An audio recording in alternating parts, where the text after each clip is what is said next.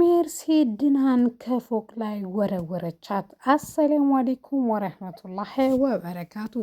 ውድና የተከበራችሁ የፍቅር ጎጆ ቤተሰቦች እንዴት አደራችሁ? እንዴት እሷላችሁ? ሁላችሁም እንደ ሰዓት አቆጣጠራችሁ ሰላም ብያለሁ። ዛሬ ይዤላችሁ የመጣሁት ድራማን ክፍል 13 ነው። እነሆ እንድትከታተሉ በአክብሮት ጋብዛለሁ። ወዳችሁ ፈቅዳችሁ ስለምትከታተሉኝም ከልብ አመሰግናለሁ። ለቻናሉ አዲስ ከሆናችሁ ሰብስክራይብ በማድረግ ቪዲዮውን ይጀምሩ። ሜርሲ እንዲህ በማለት ትጠይቃታለች። ቪዲዮውን ካየች በኋላ ሲፈን ምንድነው ከኔ የምትፈልጊው በማለት ትጠይቃታለች። ወይዘሮ ሜርሲም ማነሽ? ምንድነሽ? ለምንድነው የገደልሻት በማለት ትጠይቃታለች። ያው የስጋ ስትሆኝ ግድ ነው በማለት ስትጠይቃትም ሲፈንም ፍጥጥ ብላ አይታት እንዲህ በማለት ትመልሳለች። እውነቴን ነው ምልሽ፣ አንቺ የአቶ አምነን እናት ወዳጅ አልነበርሽም። እድሉን ስላላገኘሽ እንጂ እኔ ከምገላት በፊት ብታገኛት ትገሊያት ነበር። አሁን ምንድን ነው ከኔ የምትፈልጊው ነው ያልኩሽ በማለት ትጠይቃታለች። እሷም አንቺ ማነሽ? ምንድነሽ? እዚህ ቤት ለሚስትነት ውድድር እንዳልመጣሽ ግልጽ ነው በማለት ትጠይቃታለች።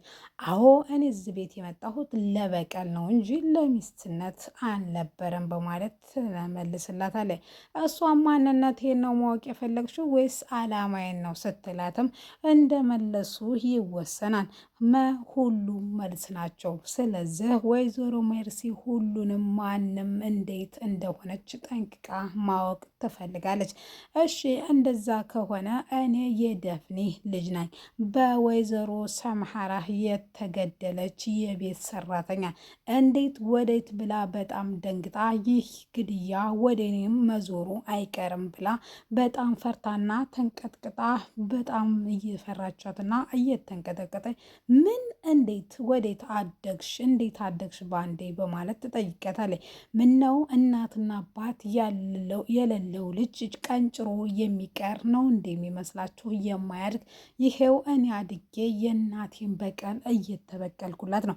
ወይዘሮ ሰማህራን ብቻ ሳይሆን በእናቴ ሞት ላይ ግድያ ላይ የተሳተፉትን እያንዳንዳቸውን ዋጋ አስከፍላቸዋለሁ በማለት መልስ ትሰጣታለች። ሲፈንም በጣም ተናዳና ተበሳይታ ስለነበረ አንዳንድ መረጃ ተፈለግሽ እኔ ራሴ እሰጥሻለሁ በማለት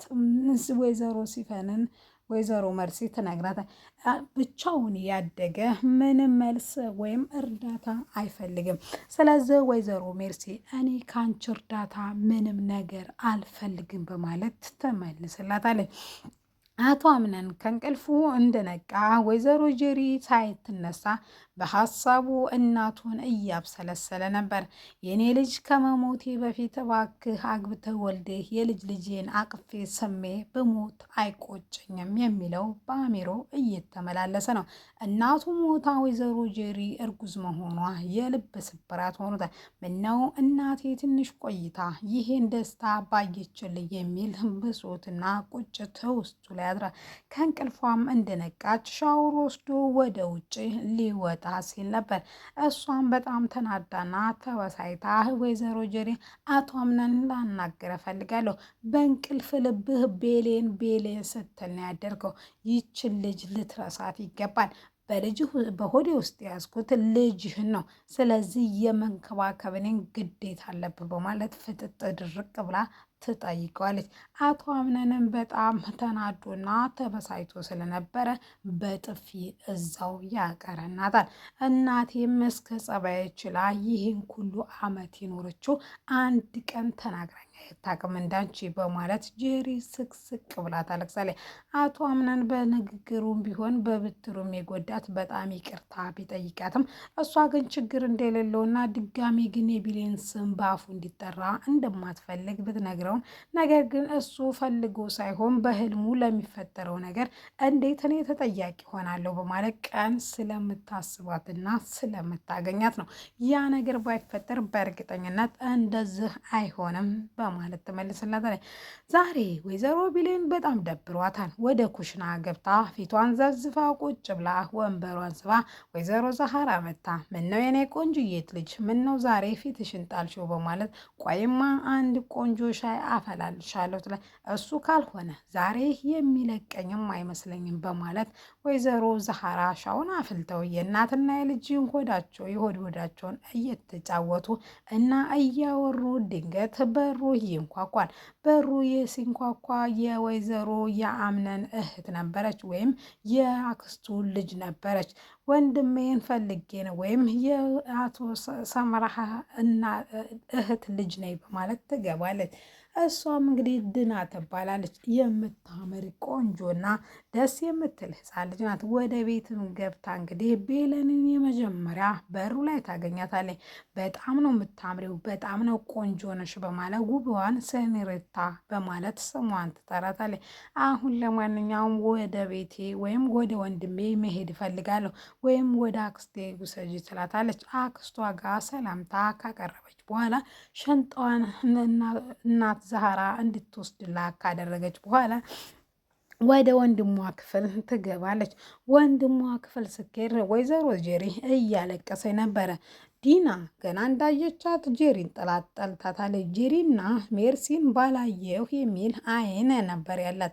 እሷም ደህና ጨዋታ መጫወት እንዳለፈለገች ትነግረዋለች። እሱም ማን ያጫወትሽ? ጄሪ ታጫውትሻለች። ጄሪ ናት የእኛ ቤተሰብ ሲላትም እሷ ግን ጄሪን እንደጠላቻትና ሲኔርታ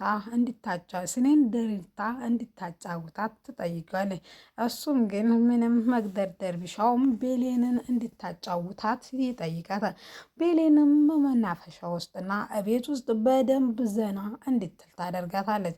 ከዛም ቤት ውስጥ ቁጭ ብላ ትንሽ ረፍት እያደረገች ወይም ስፖርት እየሰራች ህፃኗ ልጅ ወይዘሮ ሜርሲ ትመጣና አሽሙሯንና ንግግሯን ትጀምራለች። እሷም ድምፅ እንደማትፈልግ ስፖርት እየሰራ ብትነግራትም ምን ጉድ መጣብኝ በማለት ብቻዋን ማውራት ትጀምራለች። ስለዚህ ይችን ሴትዮ ዋጋ ልሰጣት ይገባን በማለት እንዲህ ትላለች። ደረጃው ላይ ወጥታ ከአንቺ ጋር መጫወት ፈልጋለሁ እና በጣም ነው የምወድሽ ትላት። አቶ አምነን ፊት ለፊት ስለነበረ እሺ ብላ ወይዘሮ ሜርሲ ተስማማለች። የልጆች ቻፕስቲኮችና ብዙ አሻንጉሎች ይዛ ፊቷ ታስቀምጥና ፀጉሯንና መላ ፊቷን በሊፕስቲክና በእንትን ሙጭምርምድ አድርጋ ወይም ብልሽሽት ካደረገች ሊፕስቲክ በሊፕስቲክ ታረገቻት በኋላ ፊቷንና ግንባሯን ፀጉርሽን ካልሰራሁሽ ፀጉሩ ሄሬ ስለነበረ እየወለቀ ነበረ።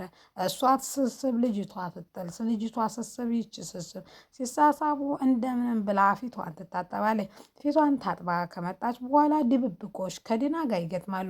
ካላየችኝ ካላየኋት ካየቻት ትመት ለማምለጥ ወይም እንዳታያት ለማድረግ።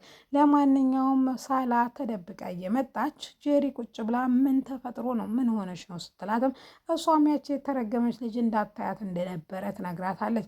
አይ ማንም የለም ምን ተፈጥሮ ነው ስትላትም ዛሬ እኮ የልጆች መጫወቻ ወይም የኬጂ ደብተር እኮ አድርጋኛለች በማለት ሁሉንም ነገር ያደረገቻትን ነገር ለዛህራና ለእናት ዛህራና ለቤሌን ትነግራቸዋለች። ሲንደሬላ በጣም ቆንጆና በጣም ማራኪ ውበትና እንዲሁም ጸባይ እንዳላት ትነግራታለች። ጄሪ እንዳየቻትም አልወደደቻትም። ነገር ግን የአምነንን እህት ልጅ በሆዷ ስለያዘች አቶ አምነንን አይዞህ ትለዋለች፣ ታበረታተዋለች። እሱ ግን ምንም እንዳልሆነ ቢጠይቃትም ወይዘሮ ሰምሃላ ስላልመጠ ወይም በህይወት ተንግዶዳ ስለማትመጣ ከፍቶሃና እኔ ያለሁልህ በማለት ወንድሟን ታበረታተዋለች። ወንድሟም በትንሹም ቢሆን ወይዘሮ ዲና ወደዛ ቤት ከገባች በኋላ ትምህርት ኖሯት ባትመለስ በትንሹ ፊልሆን ፈገግ ይላል። ሳሎን ቁጭ ብሎ አይኖቹ የሚፈልገው ወይዘሮ ጄሪን ባለቤቱን ሳይሆን ቤሌልን ነበረ። ምነው አይንህ ይቆላውጣል ወይም አይንህ የሚፈልገው ሰው አለ በማለት ትጠይቀዋለች። ቤሌን የት ሄዳ ነው ወይም ሲንዴሬላ በማለት ይጠይቃታል። እሷም እንደዚህ እያወሩ ምን ነው ትወዳታለህ እንዴ? ቆንጅዬ ናት። አዎ በጣም ቆንጆ ናት እያለ እያደናነቃት እያለ ቤሌን ትመጣለች። ወንድሜ እየፈለገች ነበረ። ምን ነው አቶ አምነን ፈለግከኝ ስትለውም እሱ እንዳልፈለጋት ቢነግራትም በጣም ስለ ውበትሽ ሲያደንቅሽና ሲክብሽ ነበረ። ውሸቱን ነው አንቺ ስትመጪ እንደዚያ ያለው ስትል በቃ ትንሽ የፍቅር ነገር ካያያዘቻቸውና መሽኮርመምና አንገታቸውን መድፋት ሲጀምሩ እሳቱን አቀጣጥላ ወይዘሪት ዲና ወደ አክስቷ ጋር ትሄዳለች። ውድና የተከበራችሁ የፍቅር ጎጆ ቤተሰቦች